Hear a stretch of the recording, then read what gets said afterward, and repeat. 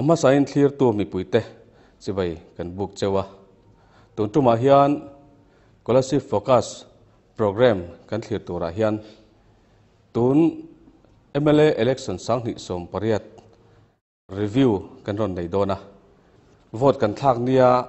thil sang hundanga kan lo la hriat ngai lo te ten mi puite ina kan hriat tur om poimo tak tak te le thil chi sang zo na te po anianga chung zong chu zanina hian theiang tokin kan ron sai ho don ani kabul nai berami hi Electoral mon puya chuatlang editor kon pui ania adot le hianin puwanal chuanama election officer a oma ti chuan adot le hianin puichwanlal ngaka a oma ani hi MJA kan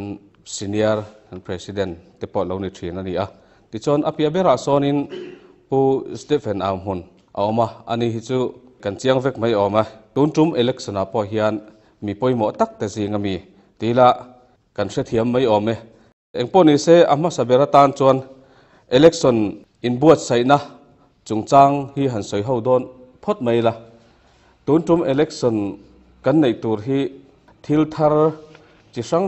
tam tak enge mozat ka han ti chuaka khatia ang thil tharang chi te tin kanin buatsaihna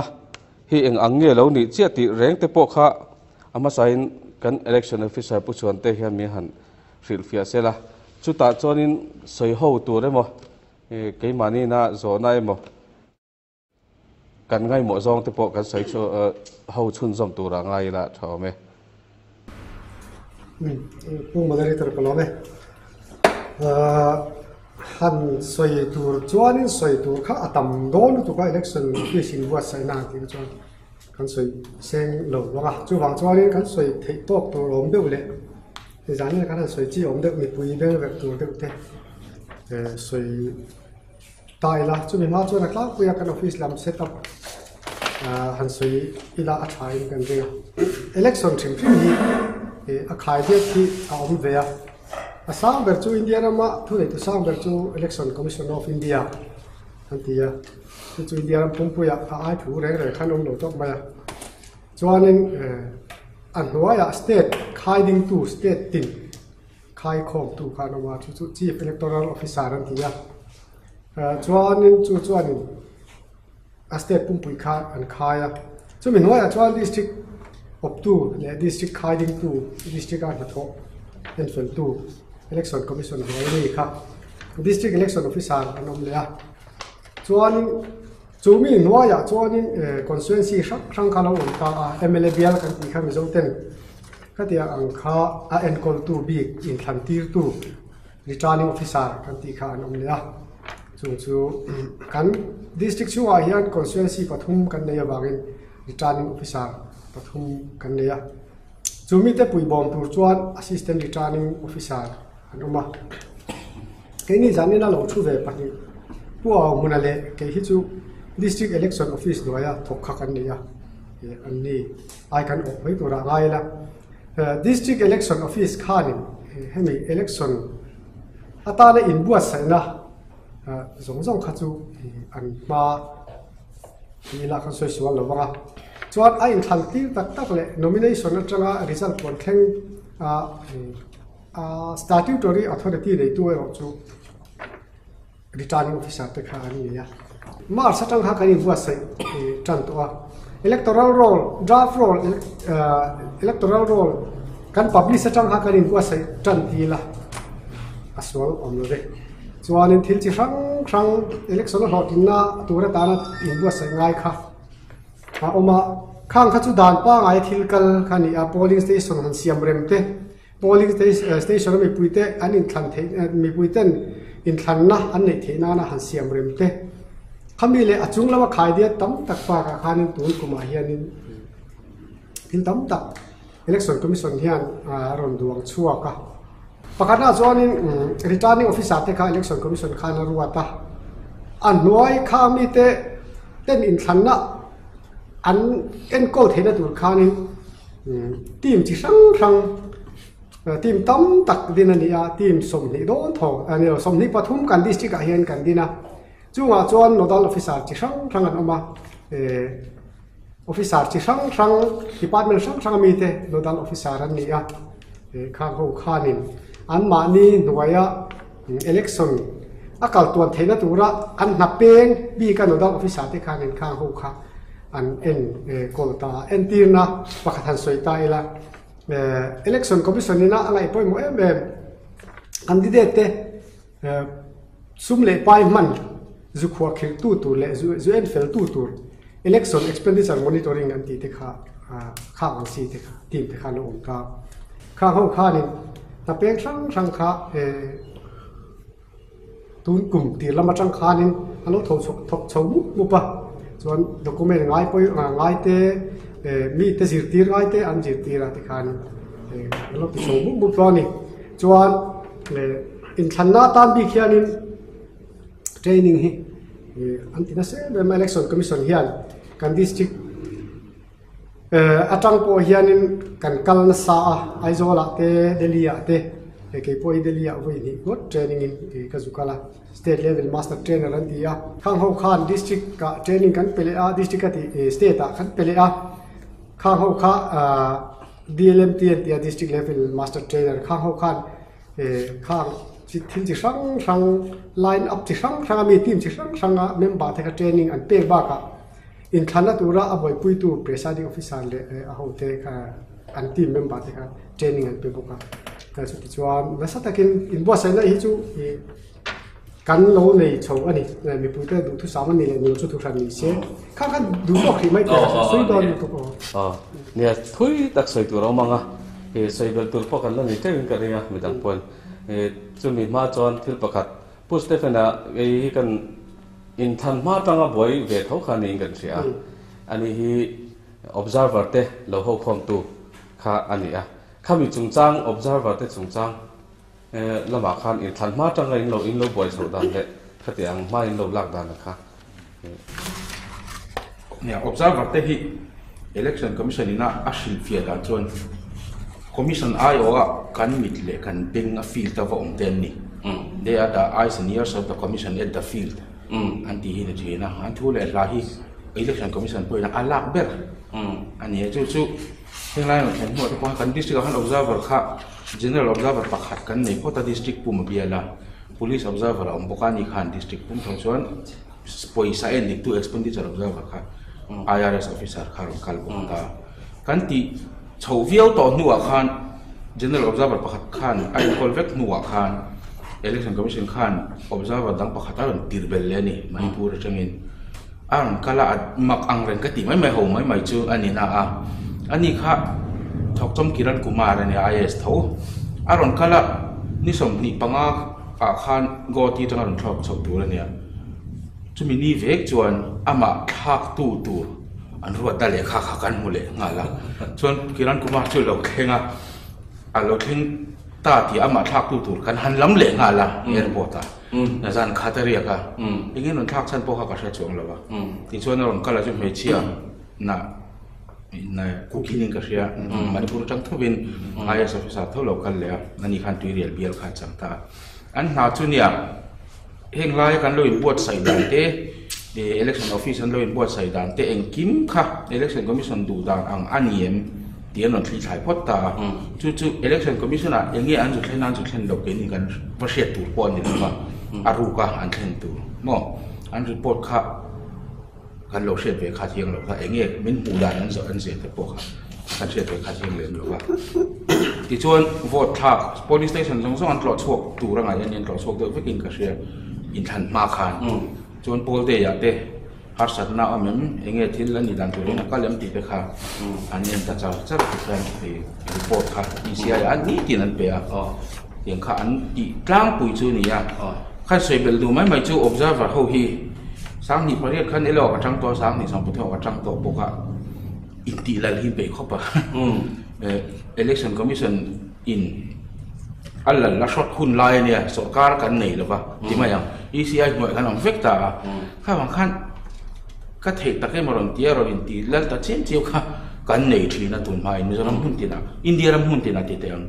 chu ni vai election commission point tun tum phei chon observer ta ti tur le ti lo tur instruction asiam ta hialani ni thil om lo lu tuk nhiet te ka tiang te kha ni kan lo ti lo ngam thin si lo wa ti ma yang kan tron wang ni hau lo vin i thade wa lo don son kan du si na lai khan lung ti oi lo te kha kan lau ve em ni chan chu an lung ti oi lo ta la an du phot chu man bo lu tu ba election thil hi ti ani thina wang in time kep claim lu tu ka kêu xe chu nim si la chu ui lai kan nei tre wang khang kha nim lo om ti kha kan du nim si se lo khan mo ti kan chak lo na jong sok kha phor min phor du se chu mi hian phor tu hi kan nga le tu do tu bo hian khoi district a pon effect kha kha ni wang kha se ve ka da e ka thei ta ke moron ti dom thina ma se Kumin chu an fel khop mai isia ina instruction kirte apek ba pon ni ga ringa mo har sat na an nei lo re kan la ka pon nei lo wa DC office la wa po har sat na min siam lo re nga an fel khop mai kamiเนี่ยkami chungchang po khana kina pol day ya an chel vel dang te le khatian thil dang te po khan la sei tur angai la tuna chon pumon pu le pu mang ha ka te hi kan ti de wanga an nin adu jok jok en ron sei sela kha election kan nei don khan hei election office lam chu zana khan tlai war de tho te an thuta atu ka office a wa dor turin vakal tai la an lo om mang le lawa chunan thok lawa khan mi puin dor turin thil danga te pon vakala dor turan nom lo an lo om lo ba chon zana te khan an thok le se chuna zanan thok kha chunan thok mai theilo mi ti te poka e zona te pom the khati ang chin anin buatsaihna kan hmandan kha tu zong ya sei ma sang pu ma ha sei ma so don mi nya point han sei thok se kan sei chung nia ni so yang deu khan in election hi tun tum hi kan be se a hian an puang ma de bo ti kan nge political party level a po hian ni a tinan ma ni election plans te po hian ni thawin ka sia kan in buatsai viau chung khan kan rin ai ma khan ECI lam khan ron ti deu thut khan ni kan sia chu chu ni a tin ni ai so yang khan in chungchang so mi nan buaya zinga chamala ma hi chuan office lama hi chuan in te min an relax ve deu leka masela zan lama hian boy de chun boy thin kho maya ai puchuan te po sola ya mai chana te po kan nin tia zana rei tak takin menga ka boy in tia na hi ai hinge mo in ti ri so tak po hin ka shela we ka ti fiam thu thina sola po khane in na so chu mang si lo in pong men rei ve po ri mo ti me te kan nin ki de por pora amaro chu sola ya om zia chuan chuna chuan mi puin an dor tho sia an office work pa ngai kal thowa chu wang chuan chuna hian an na hi asot lo ni perin ka sia ka hmudan chu mi pui jim kara chuan in thil tam tak mi pui siat lem lo tur thil tam tak hi office work a hian an nei ve tho election kai no hi chu confidential thil tam tak hi oma chu wang chuan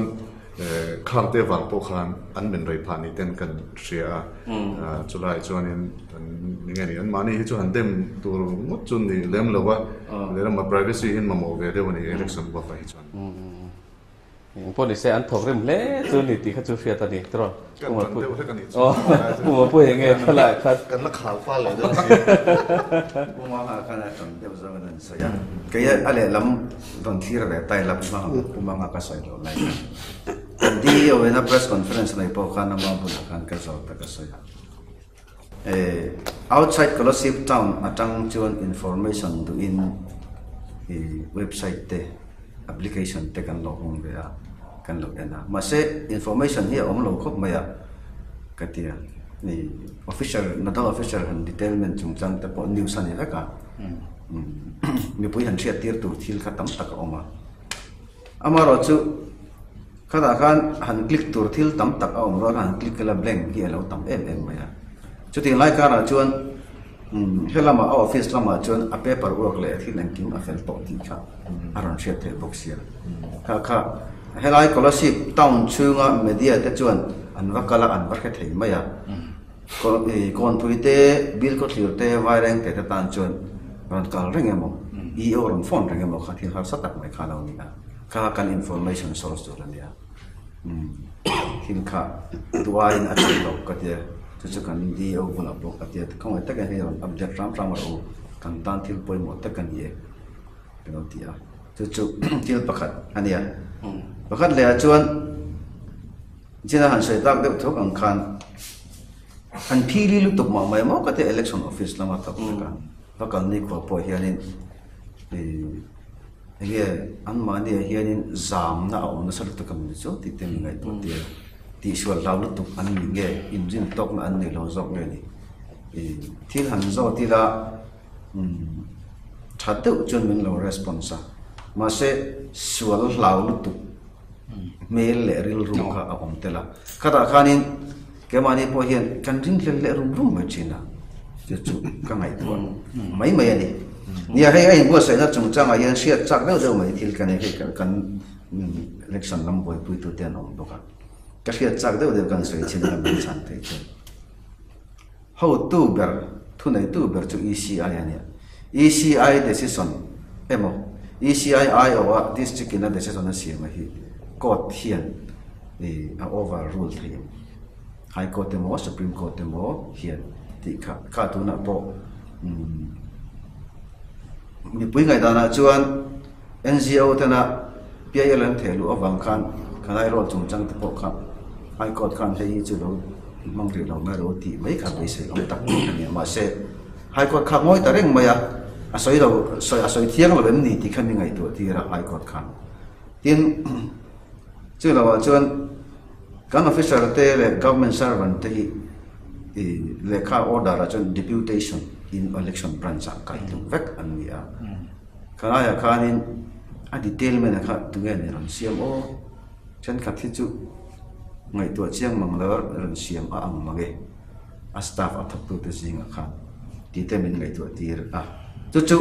amor bok tu chu heta election office kha ni do na engam pallom se election office tan khan asha ngoi don ni khan alanga chu thil pat ni ania adot le chuan tun election vok vet thila hian sola election branch a sun mi roi bel an omem khati tak maya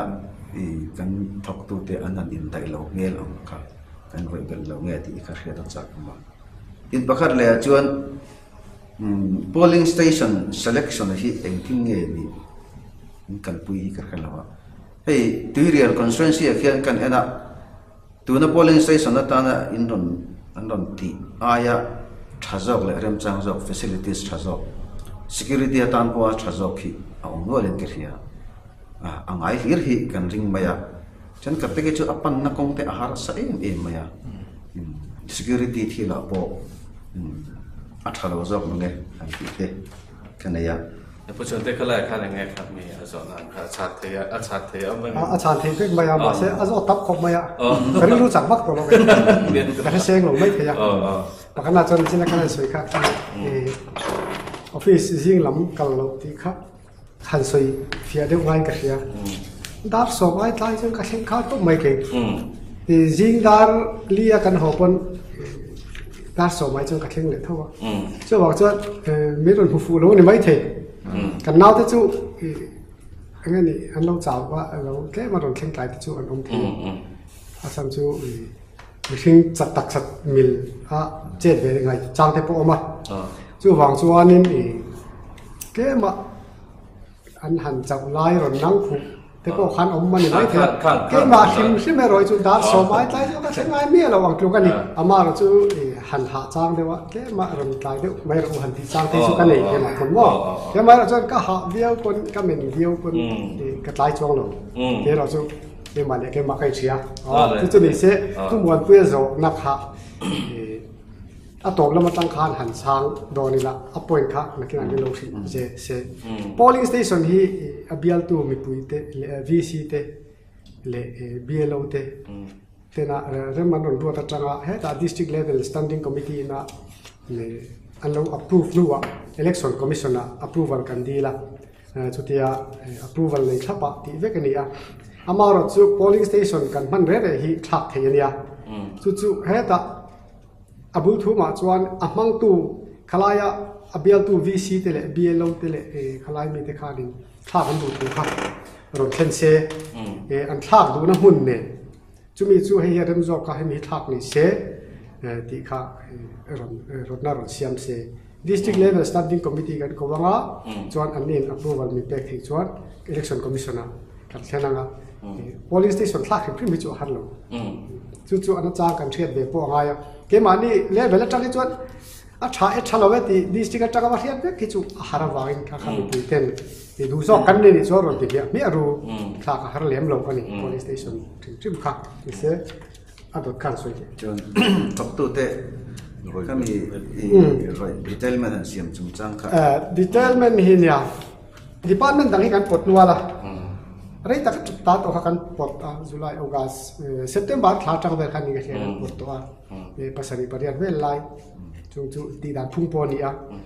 ke mani branch b ga election branch sim mian conduct non tal sthil theilo to pania mr pali kan uma chuanin Inthlan den chen hianin roi phalna min pe a ai mar bok tho ka khan ni le ma ya chu kan roi bel le chen kan roi office atang in po ba ka khan chuanin office a mr roi bel han ti po kha boi thana chen chu thiam lo kha ani tang po office man office kan pu ke lo chu wang chuan mi dang ta kha pot tho ga ya tin khang ho po khan kan election kalphung kan lo lo klak tu po ka chulai chuan har sana thei khan ni ve tho chu wang chuan mi na mi lo dem de policy on ve tho ka tia da nge ni chen chu role dan po hello electoral role acting ai rem po hello mo kha on thei ECI decision ka court kana overrule claim ti nai dan ang lowa mi in thila ti re chu India ram pu ma hian in kim mai questionable ve kania election commission ani mo president of India ni mo mi in India ra ma chuan supremacy of person ni lo supremacy of law nia dan alal bera dan ba kami thilanti chuan kha khoi muna po questionable nia kota kin the nia ama chu kotin voi le khata thil ka adika dik lo ti ngai lo evidence guilty na train ala ko ma court chuan decision siam chu tu nia chu wang chuan court process te chu thil voi le khata ti mai thei pon ni lo party rang witness rang an ko ma chu pe chu nia ama chu azona tak kha tu po ni se eng po ni se eng association ni emo eng commission po ni se dan ba kin eng ma tu ma achet thi tiเนี่ยข้ามีจุงจัง election office in buatsaih naจุงจังข้าดูตอกดอนนี่ละอดเลยข้านข้าใส่ตัวกันลังอาคมไม่อะมารอจุข้าไล่ข้านทิลประคัดเนี่ยชินาเราใส่ชัวจุกข้าเองก็ติงelection branch electionดอนให้กันพีลีจูก็มีตีไล่อะข้าไล่เตะข้าจักเลยเดี๋ยวกันอินพีลีเวียว่ามีkalau pili len ba อ๋ออันเงี้ยปนละเมียกันรอนหูพีลีเวียวใจนี่ก็เสีย amar chu nai atam khop maya report san trans tunma angkani to lo tunma chuanin telephone te omma atang khan soi tai la wt nan in wa chu anhan chang ara ram theng ber chu tu nuwa chuan whatsapp ma oma election commission ten whatsapp mang ten mi ron ve to nak tu le ron tru ti ni to lo tu na now ni fek maya chu wang chuanข้างข้า data ข้าไว้เลยข้าตลาดคอมไม่เทหมดหันเริ่มคอมบุกเทข้าลงแต่ข้าลงตั้มตานี่เฮ้ยแต่ฟีลเลเวลมีเบียลงแต่กันวารณะกันว่าตีเตะไงแต่อย่างชวนชวนนี้ตูนไล่เขาเองมิชินเตะเทียมน่ะอัตลันสักการเจียเฮียนข้ามีกันหนาโป๊ะข้าพีรีกันติดรู้นี่ส่วนพีรีนี่เสียอามาช่วยอะไรกันนี่อะไรกันรีบุตรพูดไหม running we are running inทิลดังไปหมดตักเวทเขาอินเราตีไล่คานให้ละมาดิมันเองมอรนอมาคันจนพี่ลีเราทิพเราปะเรานี่เวรงกันนี่มั้งกุมดังไงนี่พี่เรียนก็เสียก็ตีน่าชนจูใน2003จังเห็น election ที่อเมริกาเห็นก็เติร์ตัวมาเสร็จโดนกุมมากัดเหียร์ดานะชนเฮ้แต่เขาตัวเรียนเลเวลจังเห็นอันพี่เรียนก็เสียนี่ที่นั่น SMS โดนไล่จนโซเชียลมีเดียอาจักตัวWhatsApp กันมันมาซะตรงบอกกันข้างกรุ๊ปช่องกันหันเสียมากรุ๊ปที่ election apo hian enge macha chu omani Somebody chong of election kai ya official hian ti sang hi an nei ta chu bang group kha an monitoring lo se lo vil lo enga tinge ron tia personally nan ron phone ko enga ni ka share de china chu anon question reng ani how to lian level a phili chuan he tami zung kha an phili te ka kan share tangin hei sasangka mo khan ka mudana chun dang ain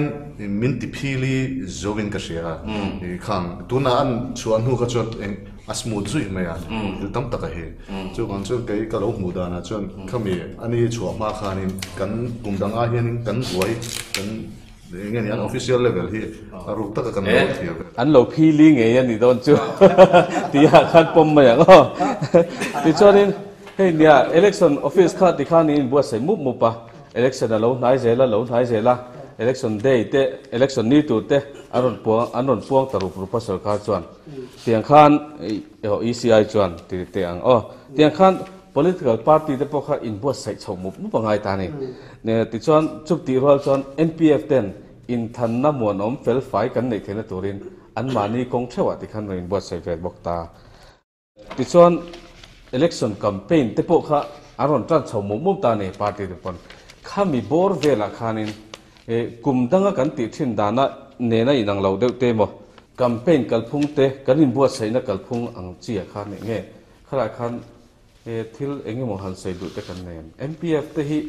an fakom maya kong khata chuan MPF te hi Mizorama election fel fai kan nei theina chan pakhat te po an nianga election branch le party te ho song khami chungchang han MPF role te party role te poni election kan buatsaih chodan no kan soi mo sabar nge MPF chuan om tak le thatakin na an thoka amara cha tun tuma political party de na thutlung an sia thawak lo nia ka riat pakhat kan sai china joint platform chungchang a tu joint state level se ti ania khan Inthlan lam le district lam min kong min khar sak salu tu dawa constituency forum or MPF constituency forum in buatsaih se constituency khata avai khat emo tita sera avai khat emo khalian dewa koi emo koi thum pa in ta sera ti chuan aizol pi alam aizol pui pon lam a candidate tele MPF tele ni pui te kan relation kan so kari tuna chuan khoi study o atangin emo joint platform TV anon dia chu kan enani maya chuan kan constituency chung emo kan bial chung emo thil kan an sei lo reng sei vek sen mani to si lo chu wang chuan kangai thawon thung kha chu sei se lu tuk chung lo na in ati le te ka chuan khati ma in bar lo de khan se ka du mangi adik reng mai he district level ate po Kolasib ate po joint platform hi siam thailo media keini tangel po mi request tu an omta anni ta na khati a fair taka joint platform ma han campaign na an thua zoibel ta ka chon chak ve ni kha po khami pui te pon ka pui che ka control re abial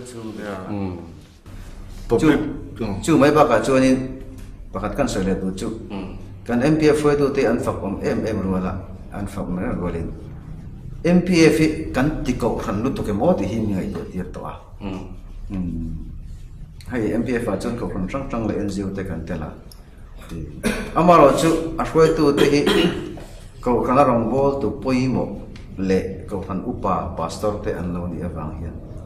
MPF kalphung ako khan lu tuk to ma mai mo a khom puiro le lu tuk ma mai mo chuan on the spot decision siam tele atul huna thu han po cha le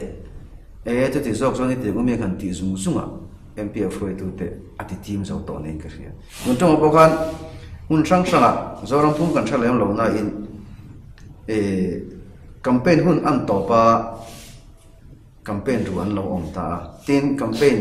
voting day alo thleng lo na enge mothil borok sen oma ta chuan kan MPF foi tu te beng te po athleng ani amaro chu an lo real si laba committee in khát tiền người lâu khăn MPF chọn heo chú bắt thảo về chú dọc chọn ít tiền cũng biết còn thì thấy mấy xia chọn thay cái gì à tiếc cái này thì câu thằng tao lúc đó chọn MPF hiện NGO hruaitu te anh kil tới chân tất này cái gì cái mà chọn chú cái lâu mua đằng tóc khát anh ấy thì thar party ho tang bi khan sai dai la party te buatsaih na mo kum dang kan ta shet ngai lo chu suvida khania e party ho vin van tlang khong te online don re online application mi puin kan shet pui vak lo mai thea online in aro he nan dil ta ni ti chon an lo enter ta online in internet ta chu chu ro in print out ta khapek le ngai ta da ka somli pariat ran anti hunan man tum ma da ka somli pariat mulama khachuan a thei to lo entinan naktu ka hun mangdon ta se voina di na thelu se thei mi lo a system khan phal lo reng reng chu vai hriat lok fe ti khalo ngai ta chu party lam po khan an zei lo nang yang mai an voi khan di na ni wangin mo ye aro office lam ke ni kan pu kha aro ani ser lui aro ani ta suvida kha api e he pu ma se na pui hian ati pui char ani ta pi e te nan ti ngai ta kha khan party ho kha an zei lo ria wa ke ni official lam kan zei chuang bok lo wa kan voi khati na ve tho ni wang khan mo kha wang khan party ho kha tlem chuan ati buai viau chuan ka ria suvida khan voi nan der ka chu tuk le ni tu khan ti the nak tuk le a van tlai khom nen tum kha voi na nge an thi la ngai puma kha ka se chak na tong khom chung sina MPF han soi lai khan MPF he nian sina puman pui han point out ke pot karilo omania tin ni pui poina kan du khop lo na lai berania candidate te what platform han buatsaih sak lo kha mi pui ngen ni kha kan share tat lo wa helaya an mani pualin party in public meeting an nei ta kha chonin in tu tema an opponent te kha trong kam moi lo tak inga mo thil tam tak khanin an han ti in be ta vak thina khati nga ka chon helaya an thil tum mi pui ta an try am ti te ang performance yam kha appointment ka share tin pakhat le chon MPF thil tum hi MPF hruaitu then khat po hian an thel training ka share helaya kan pastor hi MPF district forum chairman ania MPF thil tum kha guideline kha chair wang wanga achat zia ka mu ni achan chu sarkar kalphunga po hian sarkar monitor tu ratan hian achalu tu an guideline an rules hi MPF in kai shoi ni thil thate unia he laya tu ngani pressure group tena anti tur tam tak hi aveng MPF in kai shoi na hian chu wa chu khati ang pressure group tam tak ina anti ngai lo hian MPF hi chak se an in kai shoi na hi bel se chu sarkar kalphunga po hian an tangkai lu tukringot MPF hela Inthlanna polling station agati engani polling station of duty a khati vel kha ringot tur he then khati chon an ngaya ka khani lem lo tin MPF he tun Inthlanna po hian Mizoram he tianga peaceful taka om theina tam taka po hian state dang point tuna po observer pani chuan in social media po min fok na sani Mizoram chu mo country a ram pum pun hen zong a po hian MPF hi apul tum tu kan ti lo thei lo wa achan chu mi tuna po MPF hi an mani hian thura ina nei chung lo wa amaro chu kan straight ang hian party ho kal khom ina an duan vek kha ken ko tu an ni maya engani a minute ken ko tu implement tu khan ni mai ta chu wang chuan he ta a party a po a lok zual alu ho kha chuan ni an mani ro re bo che tu ni kha chu an she vek ani ma se he ta a lower level a hian a unit level a hian MPF a kha thunei no ngora mo hian an tia ma se party ho ina kal khomina an rel ken ko tu an ni hi a ho tu level a chon an ria chu ban bo che thi an vekani an mani thutiam bo che da hin she vek he bang hian MPF hi ngani a success ani in election a hi chon chu kan bel zo ti kum tel po hian in kan MPF ngani bala na ya hlotling ka ria kha tun ma kum danga po khan FLS achumi khabi party chuan ina bo chia chuti khati ti hi kanin au na sa thina ni tun ma kha chon ma se kumina kha chuan in khatiang kha a omta vak lo ani ngay đi khui về là ngay đi bạc khát khăn nên là ông mình cái gì à vài tiền mà oh chút tiền thì lâu khát chú ông đăng là hiện là ông cái gì mà lâu in áo vậy chú bộ chế tuần thì cần gì bên về chạp đó MPF cái này cái district cái chỗ này ăn thóc trà bằng cái cái gì à chẳng chú ăn thóc không là sao election lắm nên hiện bạc khát nào chỗ này MPF không nên ăn thóc không là chú ethical voting campaign ăn thóc không à then PWD ho persons with disability ho en ko chungchang kan thok ho boka chu kan tho ho na hian ethical voting campaign kha ni di ka ethical voting campaign chu mi in thiang lim tak fel fai tak du thanna dik ne na vote thak theina tura campaign ania undue influence mi te noi chena tel lo be sum le pai mo tharum me mo thu nei na dik lo taka mang emo khatia ga influence tel lo wa fel pai tak ring ru thiang lim tak le ring ru dik tak le tu mai na an thu noi lo vote thak na kan campaign ka ni ta chumi chuan ni nei kan thok kho ta ri ta ta to kha campaign he lo nei cha chara tin an ni ba ka an wai me ten an po kan thok ko FLS a te po min au sa kha wai me te ko mo chu wa chuan an thok lok he mai kan disi ka hian ke mani mi thu hi ka phei chuan tin hei MPF local forum ten kan PWD ho persons with disability kan ti ho kha polling station khen pha lo ho mi delte tin kelam har sat na nei te kha ho te kha hin han soi khen sak ni ya an thok ro pui ke ti chan poster kha nge ECI lam represent te lo hoi hot tu kha lo ni bo ani bo ka khami kan campaign live vel bo rok te tuna ka han soi MPF role te tin political party te han campaign dan vel te khami chungchang vel a khanin enge kan observer te mu dan le kha tiang vel kha soi tu re omen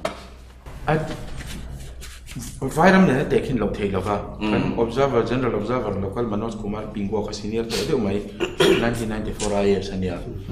election observer hin voi ru ka kanna kalna sa to ani po khan makatia kha Armstrong pamele kha zia kha kan bulamanga kha ko lungle da page ne PF ponom lo nia lungle district amo kha ti khop khan ari ru la ni Armstrong pame kha tiang che khan kan Manoj Kumar Pingwa po khan dang lama TV ba kan ram Inthlan da ram phim khamo kan campaign bo ro ka te flag te kham mu tu ram mang lo te kham kha dia kolaya te mo vairam ate chuan he kan mu chei choi ta a he nga kha chuan in pol de po khan Inthlanni ti po a shet mang lo kha khan ni pon makan tia kan police observer po kha bengola tangaron kalania ma se ani po khan zalian kha inti PSO po khaทุติตาข้ามาโมโลว่าอินเชียนนักขันในสิ่งที่ที่ไม่อย่างโม่นัวมันตีจะเลยนะตีกันเอเชียโลกาลพวกขันอามากันติดอันนี้มณิปุรจังหวัดกันเลยพวกอันนี้อามักตีบักขันอันคอมเมนต์ไงนะพวกปกาเชลว่าเตรียมพวกขันจู่จินเซนโซจงจ้าพวกขัน expenditure เราจะเราใส่กาเชลจู่อันพาร์ตี้โฮเซนโซค่ะอันเอ็นดิกตาขัดโตแค่นั้นเอ็นดิกเรื่องอ่ะอันเฟลปาร์ตี้หกปมอตินทิลซิตีรันนวมบ็อกซี่ให้เข้าบนดัดเต็มอ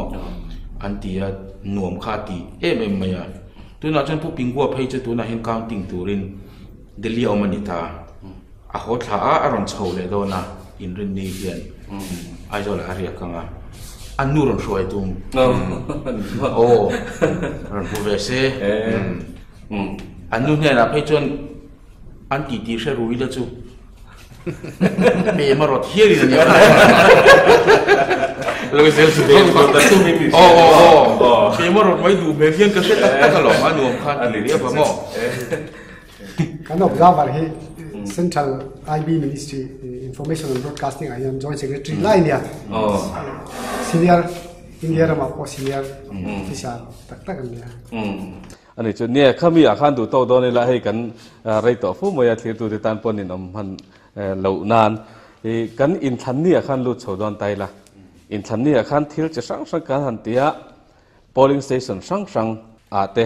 EVM เต VVPAT เตกันมังอาติน webcasting เตกุมตั้งกันละตีไงเราขัดยังค่ะอันนี้ EVM le VVPAT chungchang a khan han saidon tai la EVM VVPAT tak hi ju engma EVM hi kana mel chin lawa mok pola ba achan chu postal in vote kan thak zela EVM hi kala met bia lo nia tak tak ha yan mo ani lo ba Kolasib mi pon postal vekin duty chon kan thak cha talo mo chu ka shell lo ba shell tur ma se webcasting chungchang kha thil thara idea thade umai kan di si khan kan sa som tro kha webcasting kan tin ka so kan ba ne na chu internet thar kan district chu district damai to chon mo tu chon smooth deu khan anti se thil ni se thak deu ta khan kan bel mai tu chu mi zo te Inthlan na ral muang kan lo nei thang lu tuk to ngai kan nei thila oma chu webcasting a khan tu lo de min phok pha ci a polling duty te sual le in tha da shim wa pol le lo kan lo ti to thin da na ral muang lu tu ko lo in thang thang kan ni la ya khan tuk chhon ayan huna veng pakhata khan webcasting ti na khan ideal mai ni mi zo mi pui pa chon tu ma kan ngai thalo lo wang khati chon aya EVM call tangan kal suna chon ai khan chau kala ba khan lo ai lo fa ai ta ma se webcasting ni wang khan live in ECI na lo murang se kha polling station kha athi na ang khan na lo muwa DC not phone hal ta khan ke DC na ko te security labs chu ani nge mai technically chuan ma se morally in ande mom ko tilo reng ka ke chan chu Mizoram aral mon lu tu wangin ni thil hi ngai kan lo nei te i film khur tul nia kan shet lam na thil te po hi alo om tlat zela chu an sual shim wang len zum thop wang ka ngai phal lo reng ke chu ani chonin khami webcasting kan ti polling station som than chua big chunga camera te an da khan khami mang khan ECI in kan vote thalai khamin lo thlir reng tin an mo DO officer oma chun CEO ombok CEO ina en chun ECI en boka kami camera som te police station som te kami mase an lo vilkar ni lengi Inthlan kan live ang hi Inthlan kan inkhel kan live kan enang hi mai masa ke tul ka defak lawa san chu election expenditure kha atisang mai ta tuna official an omta security an omta khang kha ECI hen a ring zo lo ni a ring lo ni chun khang ka da lo se la webcasting an kan direct ta se expenditure he election expenditure ten khata hen an ip le mai puchon te na sianga an bil zong hi an pass saklem lo ni mo an ron pe khale an han deal le tire re khan an noran ha be mem thowen ka sia kila ke na china so yan khan MCMC a kan ve ba insulation khang lai hun ka chon ni leng song kan ve ni tin hian kan vocal ve reng song na ya tu chon engeni expenditure khatiang khan ati bel mai thil tu la ni lo official an ta tin pakhat le chon nia tu na puste soi kha a polling station po ka shethowa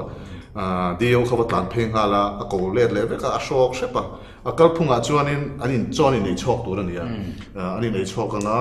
ti khan all lovin kal ran tu ran ta ma se helai ka trong ngani moi long de lo sen mun chen khata poi atam zo ka hi chuanin in nei chok lo hit atam be the ka na heng lai po hian ani thota an lo chor ma sen chor rei chung lo mo mi pui pon thata kin thang lai chuanin kan lo ngak me ya chong ai kan te kan chor ai kan thum me ya kan phun lem lo kan phun lem lo ni mo chu wang chuan khang kha we heta webcast ani wang khan bi phun na um ta hau ngai lo an shock ta chipa security thing na shock suspend ne ti thing po khan na a chak chok nge ne ke po ka she khalai kha chu tian khop chu nia tin pakhat le chu chinai soi tho EVM le VVPAT chungchang hi soi du gan ne ya VVPAT thi tun hi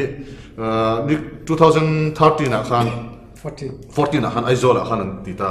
abak chu kan ti lo ta district tu na hen district kan ti ta chi a hian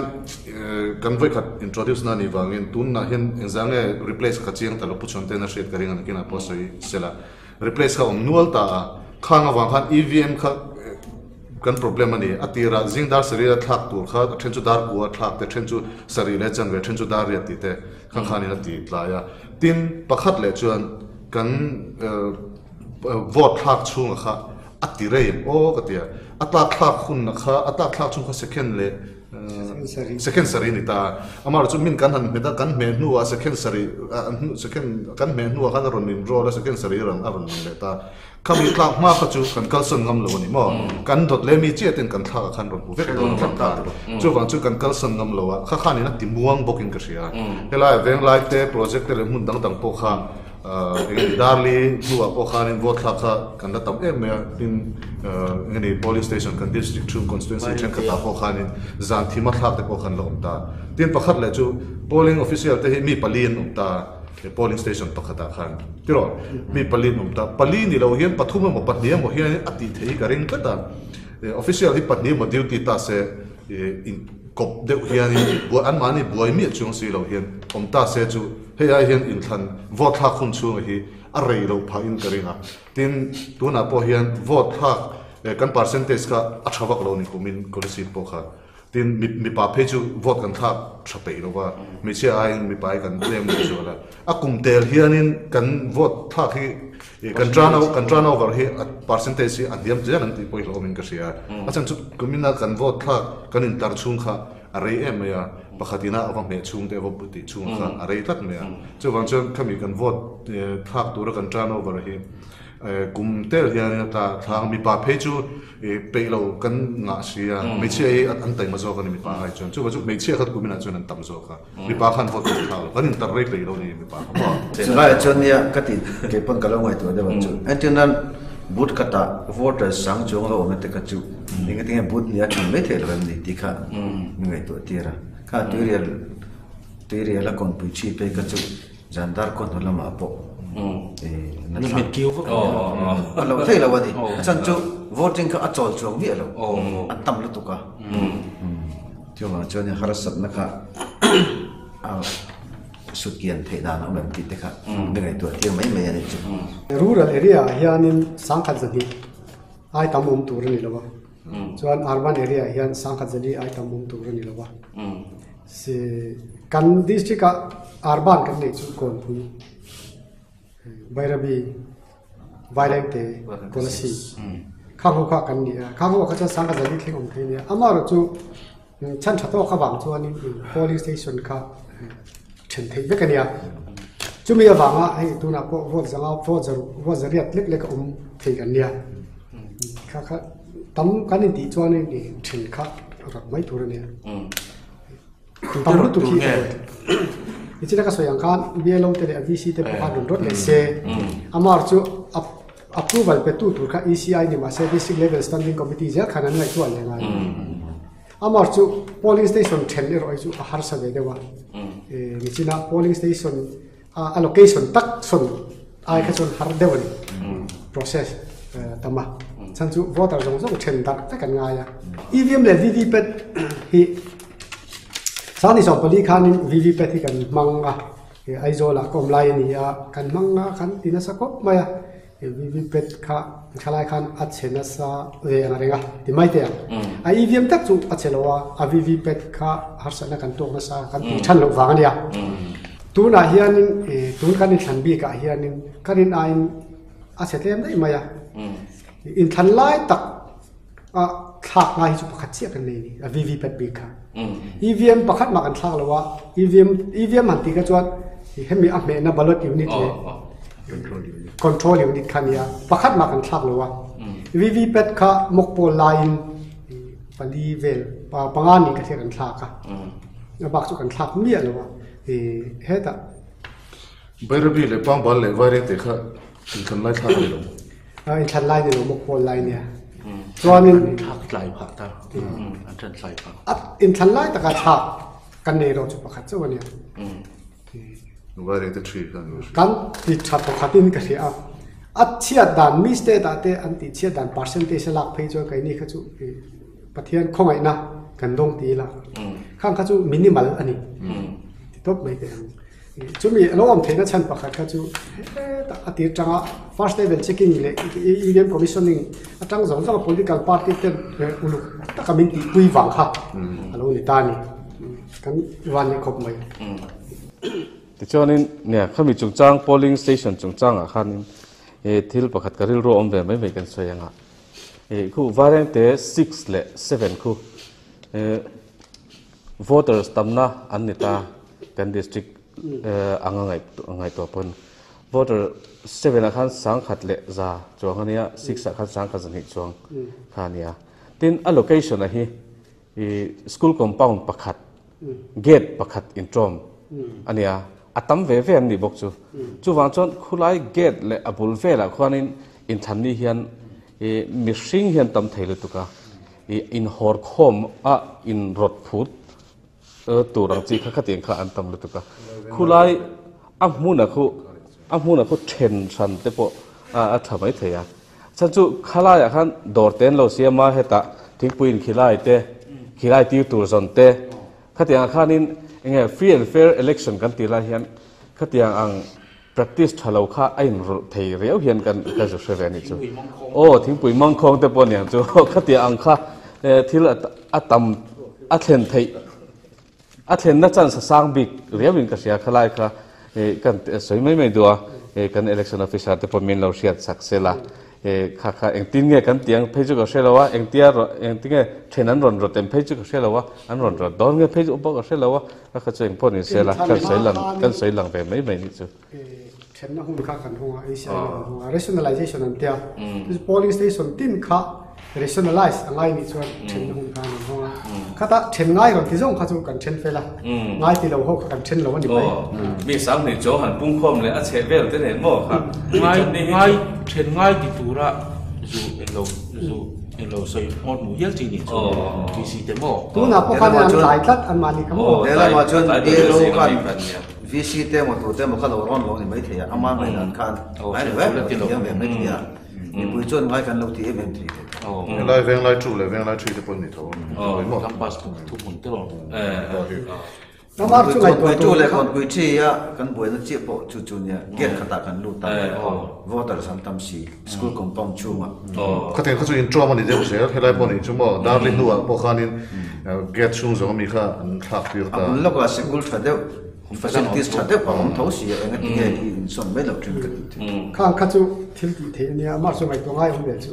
polling station area kha lo then don tai la polling station kha ro lo then don tai la kami chunga khan government building om ti te po ngai ni ta om lo se chuan outside polling station area khan in gap an ba kala ngai don ti na ni ta a thei thawa thei phei chu community hall te he community hall te po the ya hu khu dia kon new dia kon is anwe sa to kan mang ama ro chu polling station ta ni chu rem chang lu tu lo thina dia ho chi gul rem chang bera chu hom thei se chu sa chim ro nga po mi SSS school le VNR building om ma khwan sinot mission school ani polling station kan nei tho abak kha chu tu than to ta kam chu kan lo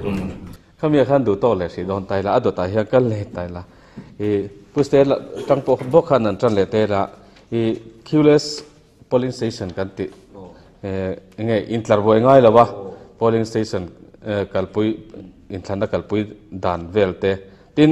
ping polling station te ka han nei a khang ang chi a khan enge kan ngai dan kan venga ni boka qless kha han sei tu mai kan ne chu project veng woi me hi project ven hi kan eng lowa a venga te boka kan wai me shoi tu te hi idea hin nei tha thin ye wani chen ni that ni te pomo tun thil po kha idea non wor chok tha hi ka ti khop maya kan bia lo so wai me shoi tu lo ni tho boka ti khan in tina khan voter slip khamin on sem ta ni voter slip min on sem pa khan wai me khan le kha khamin on perfect ta nangจะมีขมิ้นรักชุดที่จะตัดอีโวทาคุณโอ้ข้างในนี่จานเป็นบุญฉันช่วยจานปังอันรอนตีอ่ะส่วนเกี่ยวกับโพสต์แต่ลิงก์ทากันนู่นบอกค่ะอีนัมบาร์ชุดจะมีนี่อ่ะจู่วางินด้านนี่เลยฉันเป็นการข้างในบนฝักตัวนี้เราคัลโดเนียอันรอนตีเอเซียที่อันรอนตีตัดทับไม่นี่ส่วนเวงตินค่ะดิวตี้ตัดบอกขันโอลสามนะจู่อันนัมบาร์อินดอทเวกขัน police station อันลุตัดเล็ดไม่นี่จู่วางินเกี่ยวข้างไงโลตัวน่าชวน number 1 to 60ที่ตุนดาการันลูดดอนตีค่ะ polling official ที่ขนาดเจียงผ่านเวกคือวางินอันสัมชุ่งที่ข้าเรยโลลูตัวกันมั้ง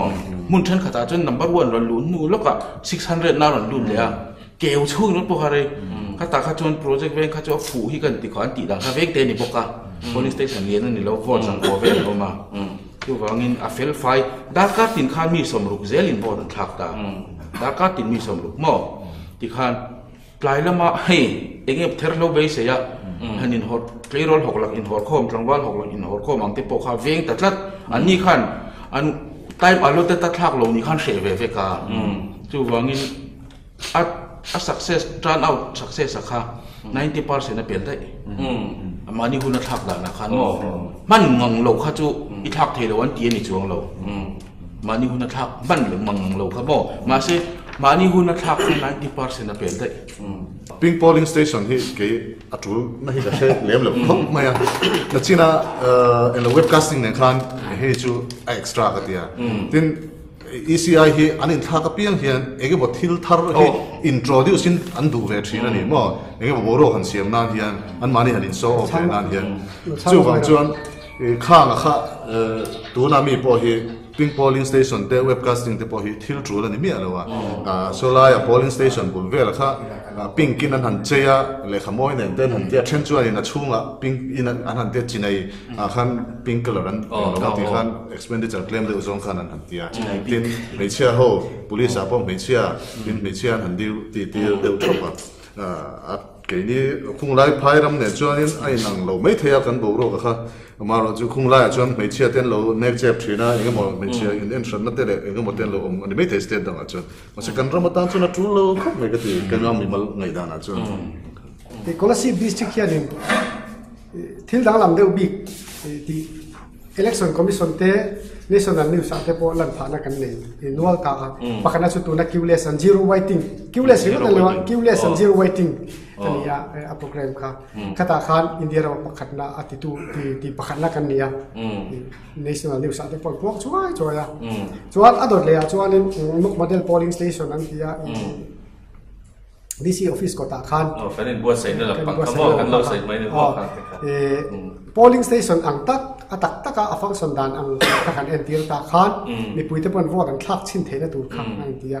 ka election commission te pon FB page ate le thil chira thanga in chua sak ve choi boka chu ni se tin kan district a hian khatia ang chi polling station thing theilo kelam har satna kalam har satna nei tan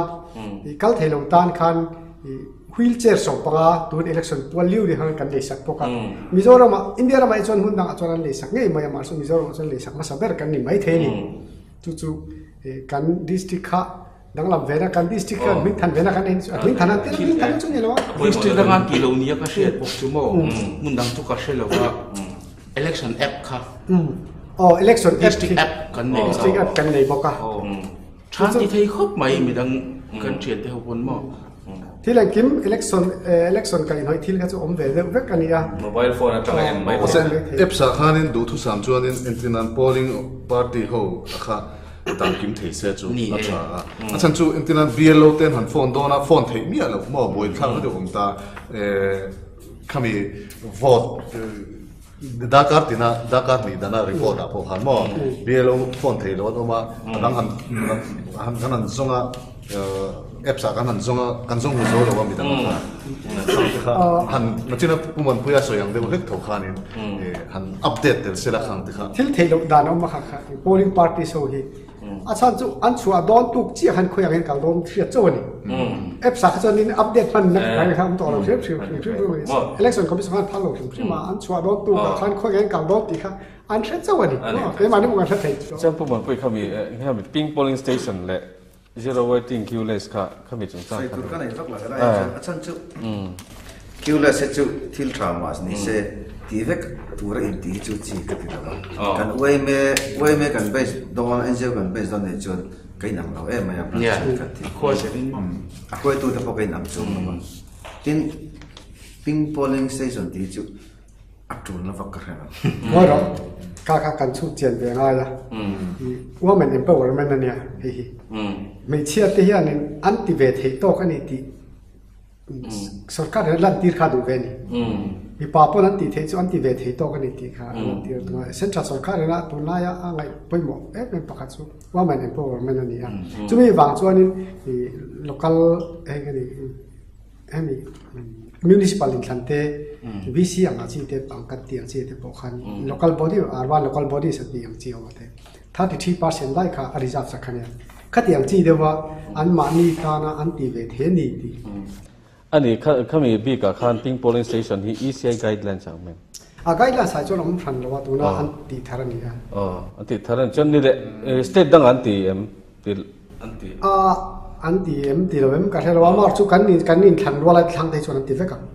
Telangana ti vel chon Chhattisgarh ti chu ECI an thar hian thil thar in introduce ta zela chu ni me ani tas ale em poni se kha abeng war tha ka e Kolasib District ina in he MLA Inthlanna e riat kan lo na te tin mi ti ngai reng lo thil thar ka han ching chu ka thil thar thatak mai ang chi te tin record thatak tak mai kan lo ne reng mai kha mi pui a thlir tu te tan po abeng wa thlakin ka sia tin ana top lam kan hai do nang amaro chu hei polling party te lo kir da na kha khalai kha thir no le ngai thir le zo ngai in ka sia thil soi ngai ka nei chat ta ka mo pu chon te pu chon te tran mai ro se aming chon another officer chu an ni ke mewa amar chu ke ma ni election a branch tak lampon ngai tu kim tok lo kan ne ya ngoro khami ma khan a har sat na thenga kha enge khala kan har sat na theng kha puma nga ka le puma nga ole ke ma ni pon ya mi ge kan huwa amar chu zan lai ya ti thei lo to te kha lo uma kan polling parties te po ngai dam te po ngai dam te po kan di la ki ma mo phurna nia ka len zo lo ka mo phurna ke ti top mai te ang ti ngai len lo ti tur kha ya na go sorry so da ti tur kha ti lo chuan an mi dan shave do ni na an be se ang le an ngai ni an ma ni na an entitlement ni anga an ngai ke ma ni po be se the om kan ti sa lo chuan kan mo phurna kan len lo ni chu wak chuan ni pakhana chuan ni thutna kan pe thatok lo ka chiang reng chuan el in tur po kan pe thatok lo chu ke ma mo ni puste fa hen ni mo in phura tu ma e poli sen ne kha polling party welfare kha nodal officer kha PD ni ta project director so RO ni tel po ko wangin khalam khanin mi ma tin aron ngai tu in aron en man mi lo fa chun staff te ho ke ni ho bin kan mo kan la ta ti chuan ta fel lo ta kha soi a fel lo da na kha soi chiang lo lo anon thenga thut na it chan lo te om ta nuai mai ni chuan cho po mu mal lo ti thom te po om ta kha thilam da chu na hoi phat na a bol a wang ringo tin kan sei mai nga in hatul ka tum na lam ni lo vin thu thleng kha college a khuan college ni ta thu thleng thu tam thu nga ya ni ti chuan ma se kan han kala kan han rem do na college khu thu thleng lo nei thakok mai hi lo ni do kan ne nei zom veka lak san thei mi lo thama ma ta ni chu wangin in hnuaia bench wai me bench ang chi an nei sa ang kha som pariat kan chapani chuan kan office an han thleng kha kan ngai da na chuan anon thleng nga polling party chu ti presiding officer in an in khai lu ta nga bung ro ten han check nga minin ngan zo nga an ni chuan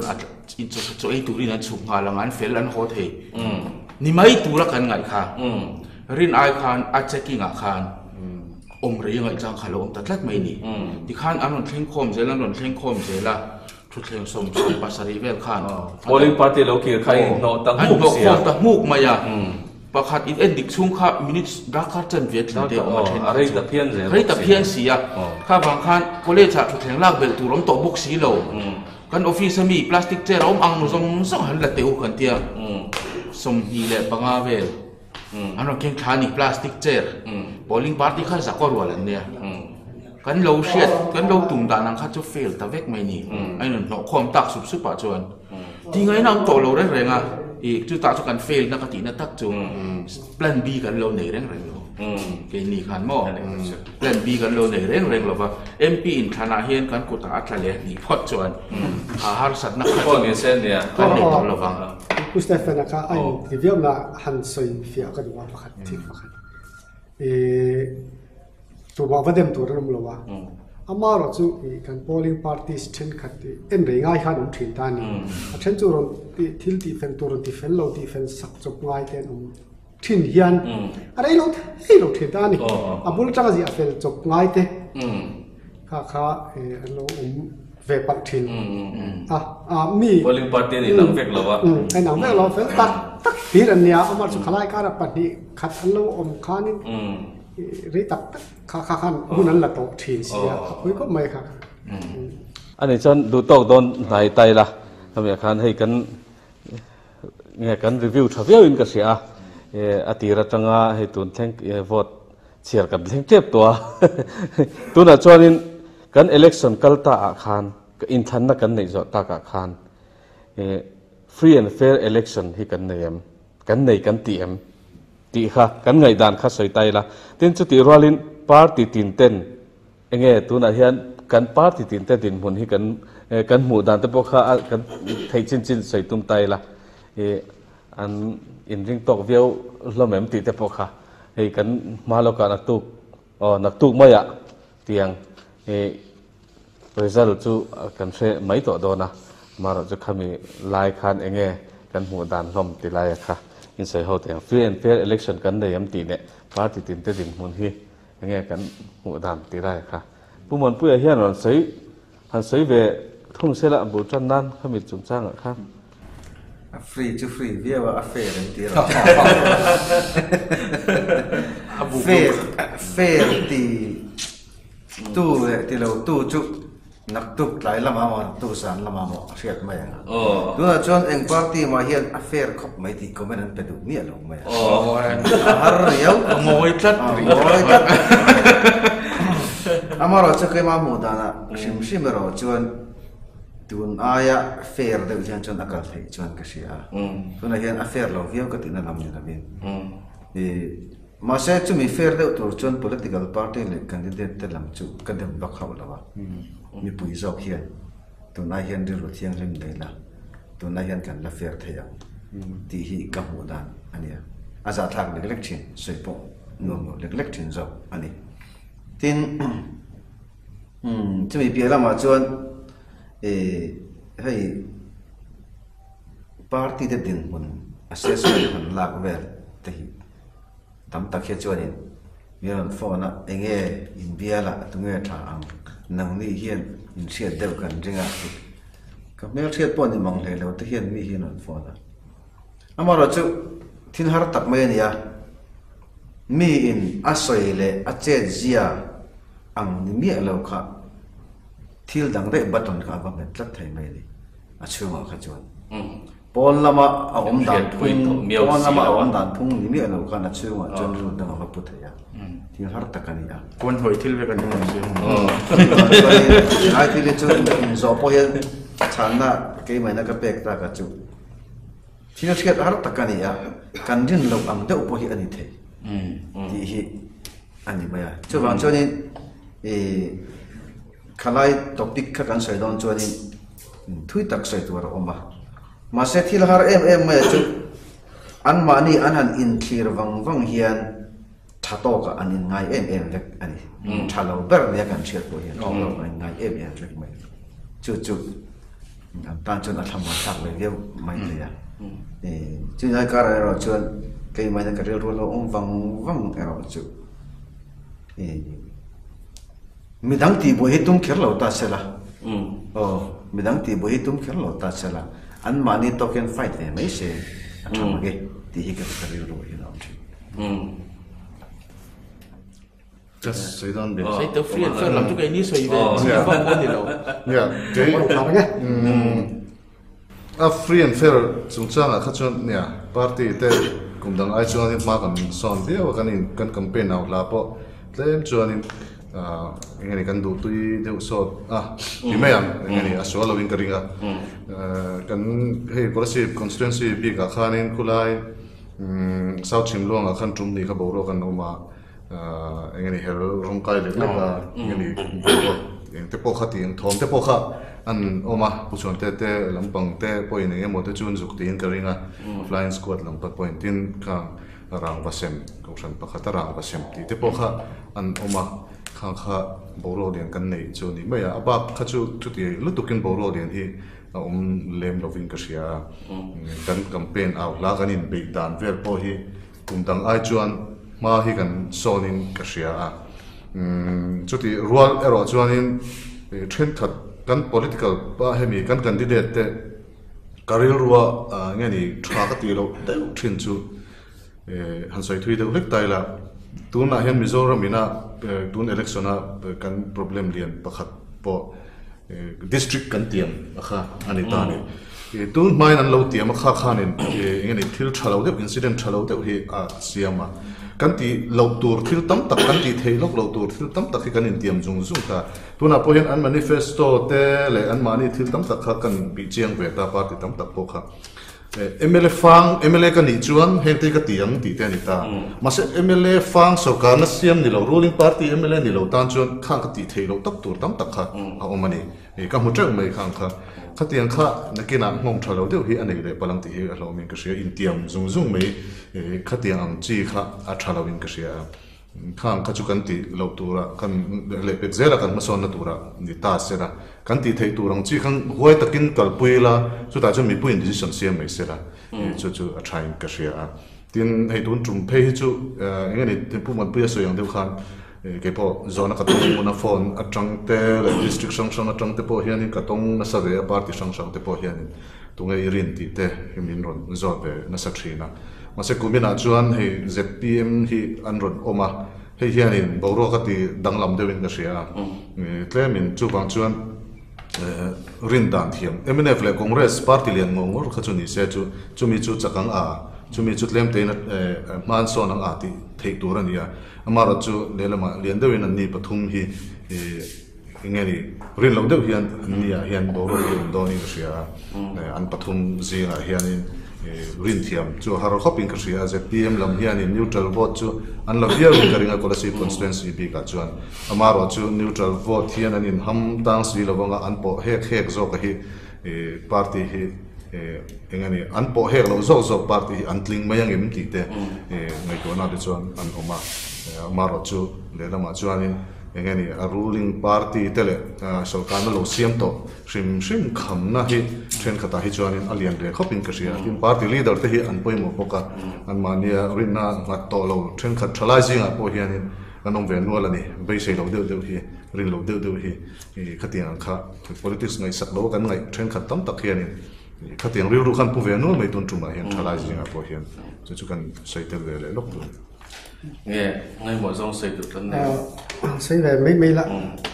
cái bụi làm khá dụ hẳn xây có khá xa cái kia cần vào mua tấm lộc à ama rồi chú election machinery sim hết chú cần fair lẽ mày cái kia hết ta nodal officer achanga ta flying squad member zong te election kinh cổ tura appointment mu zong hang kha chuan impartiality hi kan maintain thatok en ka hria chu ke mani la mai chu kan fair ani we la unfair la fair di etro mani theu fair ko kem tia lo Inthlan be pok lo hmudan ve chuan nia Inthlan dang zong ngai to chuan khati ang nge in team chi sang ho kha an thok tha hi ka ti boka an thil tiap yang kha an ti tak zel ni ka sia kalai kha atha kalau thir ve da ra chuan atha ka ti khop mai enge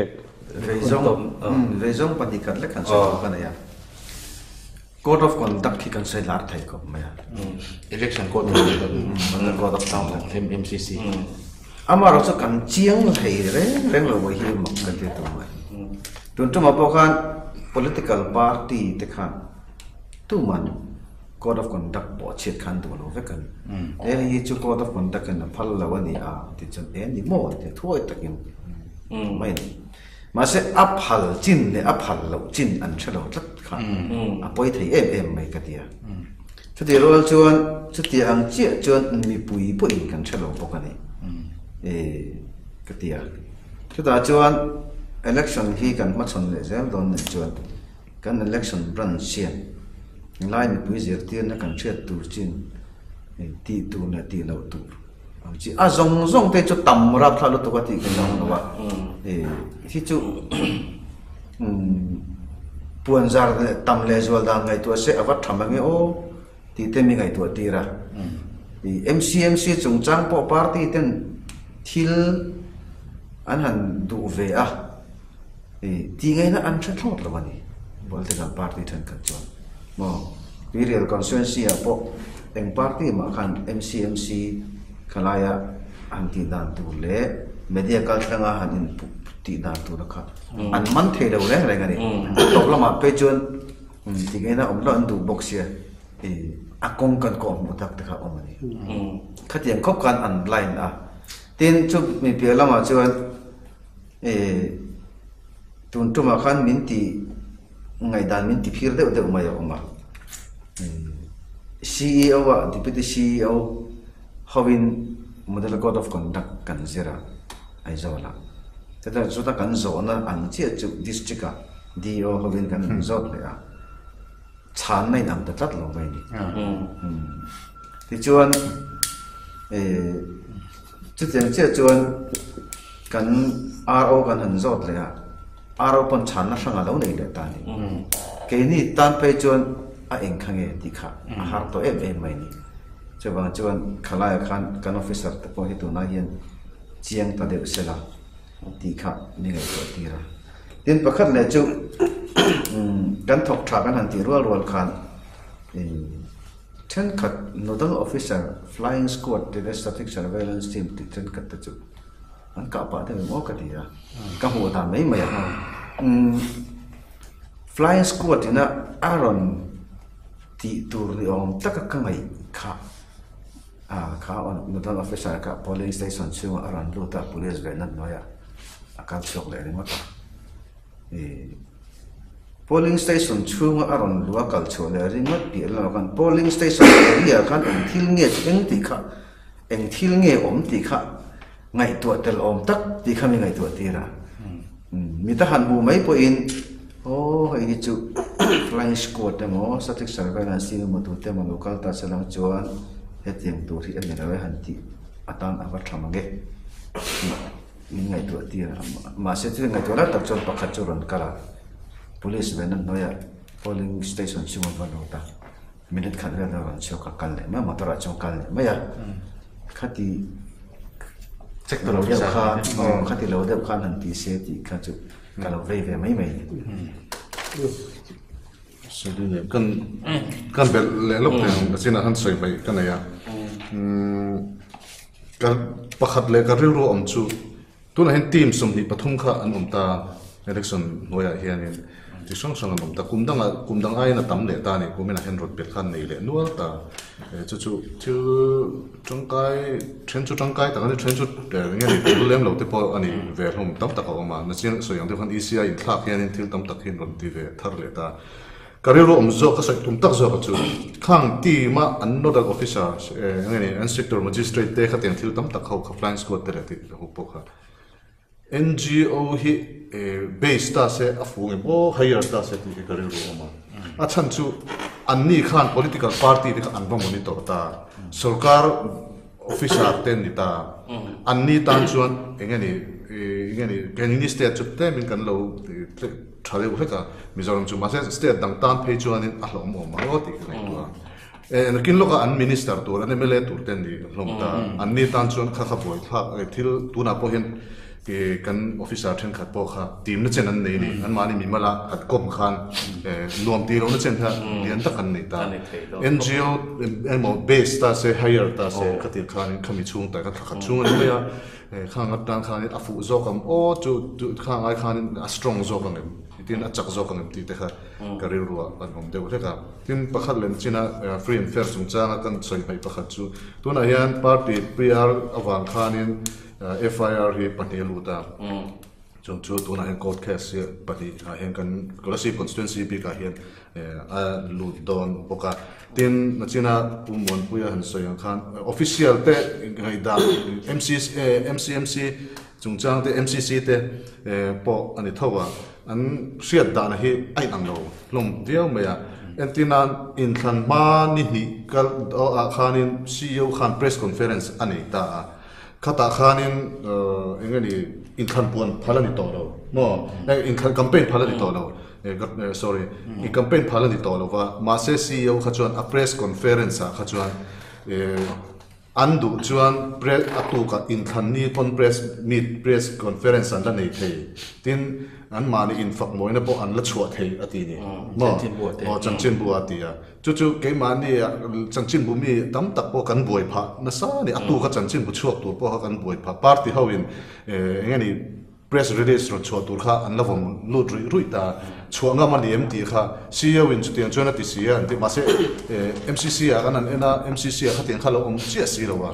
model code of conduct ka khana lo chi box si lo wa heta Kolasib pa po dio hi an han zo tira dio Kolasib constituency aro ni bok kan ani hianin anan anti khanin CEO soidan ne khan ani point angai dan chu lo ni ve chi ta ma se khamini ve khan CEO in press conference ani ni ve khan Aizol DC khanin press clipping chua chu website a IMPR in ronda mana abi ani chuanin MCC ina aron ti am chi khan atita Inthlan khami in lo to nu kha chuanin theyani to lo anti don ani chuanin MCMC a permission an lak ngai to dirla an thelu ngai certified ngai ti khan aronda kha ani tur zok tak zok chu ni in ka sia anu po kan zom le dang khan in ka sia a then khat chun lo chua sol te pon no mani atu ga Kolasib chang ni lo Aizol lam point lo chua sol an o ma se CEO ina a press ngani kami press meet an ya athu soi lo tema lo zau de lo huang zau de wa khanin ani ngai na thiam tam mai zo ni in ka sia tin party ho hi boy thak ve deuh chu kan io pona sianga election kai noya training a hen party ayo hi antel vek engki ma hen antel vek party ayo hi ma se ataka anron implement dona hian an buai le veka a chan chu training ron kal te khan an party mi te a in charge an pek zong ho kha briefing an nei le ngai mi lawa chu taka chu an buai na ni ka sia chan chu heta MC ma po hianin press clipping 13 public meeting neya permission la dan tu zong teng te po kha an blind lu tu kani party ho kha ma se party ho kha training hi voi engam zat an pe ni party ho hi ayo hi an not kal mun ke ni po kan tel trian media kan ni na ngi kan tela an tel mun party ho hi ma se an ni heta ron etei na te khanin heta an virtual na khan constituency tina in charge turte public meeting in charge turte tin press ngani press release in charge turte thil tam tak in charge turte kha briefing an nei vele ngai mi alwa khan in boina a khen ni ka sia boilo na tur tam taka an boi pha kha siam that thai ni se chu ale pe ka tan chuan a thain ka sia kha te kan soi belle lo kan chu englo ho thil pen instructions te sang ha share dan nang lo the om na chan miya ka share ba kha chu expenditure monitoring compendium book kha menon le rin tir ani bu cha pui mai khan kan le link ta chara instructions easy instruction pa khan lo om ta ni candidate in voi khata karke ta motor pathum a tam tur ni she tha in ti dem ka thien te ka thon dal hal vel atu ka kan le link page la le khadang khami overrule na khalo om le motor som lo ti le dei to a tiang khan khami instructions te khami bu khana om ve ta ni khoi zok nge lal zok chu an hung zok chu ni mai om tak chu ni na a le kha zir lai bu zir taka zir ani big si lawa pheng zong so ai ngi om kan se seng lo tu man hu te te hun che pa mo kha wang khan kan election ho tu te la ma thang pon ka soi kha dik tho a soi kha dik tho tiang nga ngai thei tur thil kha a omin ka thlat chu as official pon ni chong lovin ka mi mal mu dan mai ho công tròn nó sẽ thông khá thà khát sâu lấy kiến lâu sẽ vét lâu cần cần quên mà lâu thì không sẽ chẳng chắn này về thâu chứ ta cần đi ô bộ luôn là quân chẳng chắn này về thâu cần aro quân Asia chẳng chắn tụi này này thì mà sẽ vai hẳn khai công cần bom tụi các hiện thà a technical tu ka MCMC teng te page chu ke ni ko kan bu abu kan ni chapa bu sang kan ni chapa ti khang kan fake news alo na le ze ta fake news ring up po kan bu ni mo tin hang press release an chuan chi ang zong teng te po hi boy na tam tak a mani an han dana nga han ti don tak chuan in nge ni a technical tu mcmc te ti ma sela a shem na tur han end le taila shem na chuti te wakin thil khalom lo conduct rules te ang hami be chan te ni lem lo kha chuan in nge ni ama tak hi chu mcc te te pe chu a shem na te waka hi aum lo ni mo tam tak tan chuan ma se conduct rules be chan in anti du chu de ti tu ti sarkar official te ni an ni hlom ta kha conduct rules angin ava ti le theita ka tinga ni ngot lo chu mcc ringot hi chu a strong lo ni alom ome he zanina soi ho na hun thatak mai kan han ne ya kan review a tuipo kan tuitlanga darkar khat dang po hun nei leila kan la soi zo don choing ka selawa chu wangin tuna po arai tale maya po ni se kan du tok donanga kan soi ho na kha kan soi ho tha katia kan hlok pui tlan po karing ani chonin atop ber tan chonin zanina hian hetiang hian kan election nei tak chungchanga kan veizong te ka han soya review te ka han nei ania khang kan review na zong kha keimani tana tha tura kan be sei ania party tan te election la face le tur mi pui tan te tin chumai ba ka election la conduct le tur sarkar official te tan po mason na tur tam tak kan neyang ti ring chungin khang kan soi tak te tang khan ma son zel kan tum theu don nia in zawain mang tha vek ule